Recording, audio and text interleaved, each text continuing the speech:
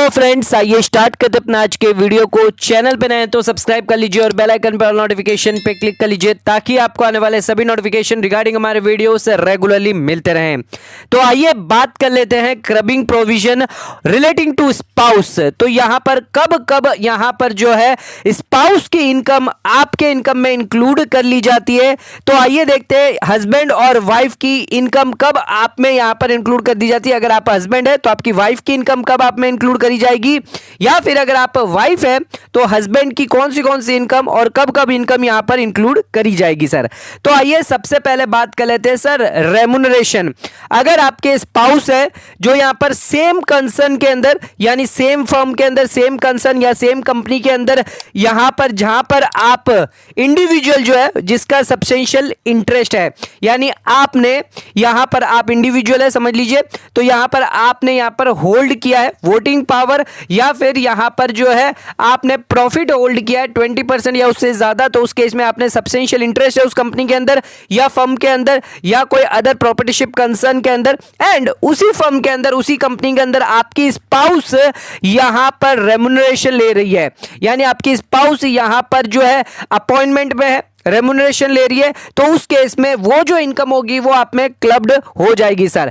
तो यहां पर अगर आपकी स्पाउस रेम्युनरेशन ले रही है चाहे इन कैश या काइंड में हो, तो यहां पर कंसर्न से ले रही है, चाहे वो कंपनी हो, फर्म हो या प्रॉपर्टीशिप कंसर्न हो, तो इंडिविजुअल यानी मेरा अगर सब्सटेंशियल इंटरेस्ट उसमें हुआ तो मुझे यहां पर जो है अपनी वाइफ की जो स्पाउस को जो इनकम दी जा रही है वो मेरे में क्लब्ड कर दी जाएगी। तो यहां पर जो टोटल इनकम है इंडिविजुअल और इंडिविजुअल की सभी इनकम को यहां पर मिलाया जाएगा, इंक्लूडिंग जो स्पाउस को दी जा रही है सैलरी, कमीशन, फीस या कोई अदर फॉर्म ऑफ रेम्युनरेशन दिया जा रहा है, चाहे कैश में दिया जा रहा है, काइंड में दिया जा रहा है, कंसर्न से दिया जा रहा है, तो यहां पर सब्सटेंशियल इंटरेस्ट अगर मेरा है तो मेरी इनकम के अंदर मेरे स्पाउस की सैलरी इंक्लूड कर दी जाएगी।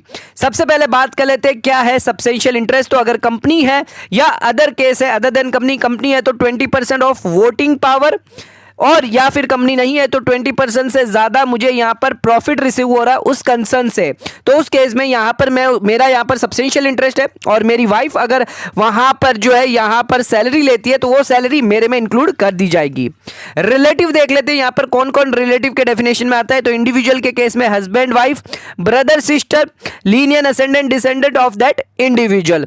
लेकिन ये क्लबिंग प्रोविजन अप्लाई नहीं होगा, यानी मेरी वाइफ को जो रेम्युनरेशन दिया जा रहा है वो मेरे अंदर क्लब नहीं होगा अगर वो टेक्निकल और प्रोफेशनल क्वालिफिकेशन के बेसिस पर यहां पर अपॉइंटेड है और उन्हें रेम्युनरेशन मिल रहा है, यानी अगर वो इंजीनियर है एंड उस फर्म के अंदर कंसर्न के अंदर अपॉइंटेड है तो उस केस में यहां पर क्लब नहीं होगा। तो यहां पर क्लबिंग प्रोविजन अप्लाई नहीं होगा। कब नहीं होगा? अगर मेरी स्पाउस जो है वो टेक्निकल और प्रोफेशनल क्वालिफिकेशन के बेसिस पर यहां पर इनकम जनरेट कर रही है तो वो उसकी इनकम में ही जाएगा, उसके इनकम टैक्स रिटर्न में जाएगी वो इनकम, ना कि मेरे इनकम टैक्स रिटर्न में आएगा।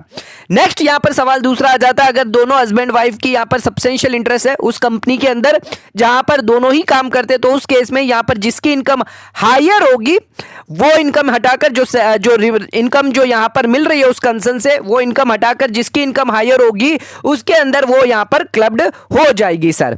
उसी के साथ साथ यहां पर जो है जो इनकम है एक बार अगर क्लब्ड कर दी गई किसी भी स्पाउस के अंदर हस्बैंड या वाइफ के अंदर, तो अगले साल भी यहां पर सेम यहां पर क्लब रहेगी जब तक एओ यहां पर जो है चेंज नहीं करता, एओ अपॉर्चुनिटी नहीं दे देता यहां पर स्पाउस को। आफ्टर गिविंग अपॉर्चुनिटी एओ अगर चाहे तो यहां पर चेंज करवा सकता है।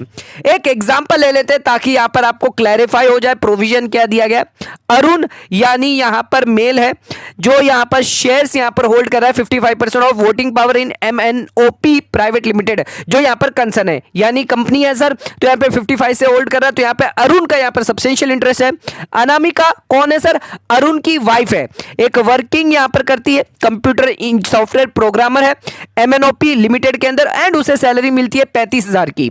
उसी के साथ साथ वो क्वालिफाइड नहीं है फॉर द जॉब, यानी उसके पास कोई भी प्रोफेशनल क्वालिफिकेशन नहीं है, तो उस केस में यहां पर जो है अदर इनकम यहां पर अरुण और अनामिका की दी गई है 7,30,000 और 4,20,000 सर। तो आइए देखते हैं ग्रॉस टोटल इनकम अरुण और अनामिका की कैसे गिनी जाएगी असेसमेंट असेसमेंट ईयर 22-23 के लिए, तो यहां पर उन्होंने ऑप्ट नहीं किया है न्यू स्लैब रेट, ये मान के चलते हैं।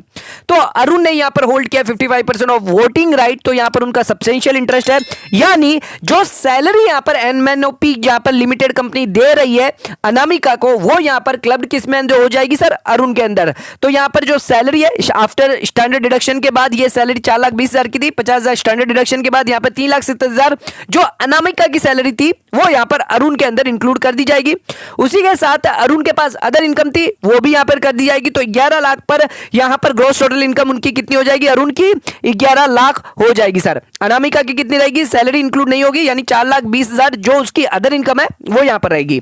बट अगर सवाल यह आता है अनामिका की यहां पर जो जॉब है वो यहां पर क्वालिफाइड है, यानी प्रोफेशनल क्वालिफिकेशन या टेक्निकल क्वालिफिकेशंस के थ्रू है, तो यहां पर जो 3,70,000 थे वो अनामिका के अंदर ऐड हो जाएंगे, और अरुण के अंदर यहां पर सिर्फ 7,30,000 ही यहां पर टोटल इनकम में आएगी उनकी आईटीआर के अंदर। एक और यहां पर जो है क्वेश्चन हम ले लेते हैं सर, बीनू लिमिटेड का, बीनू जो है यहां पर होल्ड कर रहा है 33% ऑफ वोटिंग पावर इन यमा लिमिटेड, जो यहां पर जो है कंपनी है, तो यहां पर बीनू का यहां पर सब्सटेंशियल इंटरेस्ट है। बबीता यहां पर वर्क कर रही है, उसको अकाउंटेंट वर्क कर रही है, उनको सैलरी मिल रही है 3,60,000 विदाउट क्वालिफिकेशन के साथ। तो यहां पर बीनू रिसीव कर रहा है 32,000 also interest income, and Babita की यहां पर हाउस प्रॉपर्टी है जो यहां पर लेट आउट करी गई और रेंट रिसीव किया है 6,500। तो यहां पर साफ साफ है जो बबीता है उसकी जो सैलरी है वो यहां पर क्लब किस में हो जाएगी, बीनू में क्लब हो जाएगी। तो बबीता की सैलरी क्लब हो जाएगी 3,60,000, उसी के साथ बीनू का जो इंटरेस्ट था वो भी पे आ जाएगा, तो 3,92,000 की यहां पर इनकम बीनू की हो जाएगी। लेकिन बबीता के अंदर सैलरी यहां पर नहीं होगी, बिकॉज वो ऑलरेडी क्लब हो चुकी है उसके हस्बैंड के अंदर, स्पाउस के अंदर, एंड जो हाउस प्रॉपर्टी इनकी इनकम थी वो यहां पर सिर्फ आएगी बबीता के केस के अंदर आफ्टर स्टैंडर्ड डिडक्शन के बाद। एक और एग्जांपल हम आपको दिखा देते हैं सर यहां पर, और आपको क्लैरिफिकेशन कर देते हैं। राहुल ने एक प्रॉपर्टीशिप बिजनेस यहां पर स्टार्ट किया है 1/4/2020 को, वॉज कैपिटल 6 लाख के साथ, एंड उसे यहां पर लॉस हो गया सर 3 लाख का ड्यूरिंग द फाइनेंशियल ईयर 2021 में। अब इस फाइनेंशियल पोजीशन को ओवरकम करने के लिए उसकी वाइफ जो राधा है वो एक सॉफ्टवेयर इंजीनियर है, उन्होंने गिफ्ट दे दिया 7 लाख का 1/4/2021 से, जो जिसके वजह से यहां पर राहुल को हो गया प्रॉफिट सर 5 लाख का। अब यहां पर कैसे यहां पर राधा की इनकम दिखाई जाएगी इनकम टैक्स रिटर्न में, आइए देखते हैं कितना क्लब होगा असेसमेंट ईयर 22-23 में।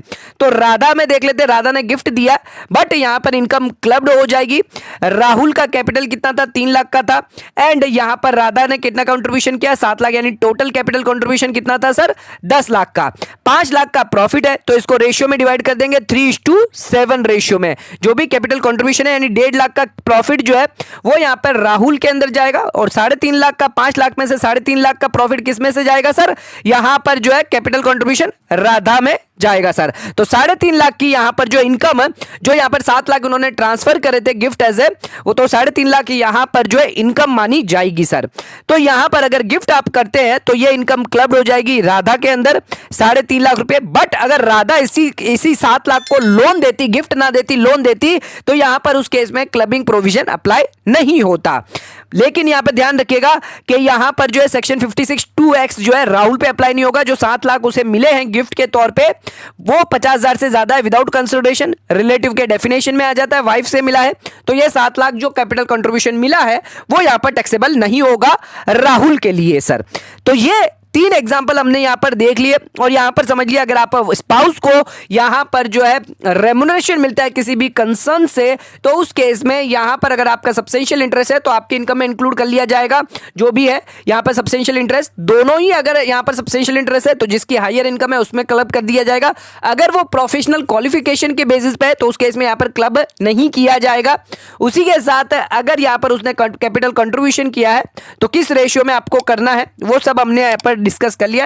वीडियो पसंद आए चैनल को लाइक और सब्सक्राइब जरूर करेगा, ज्यादा से ज्यादा शेयर जरूर करेगा। धन्यवाद।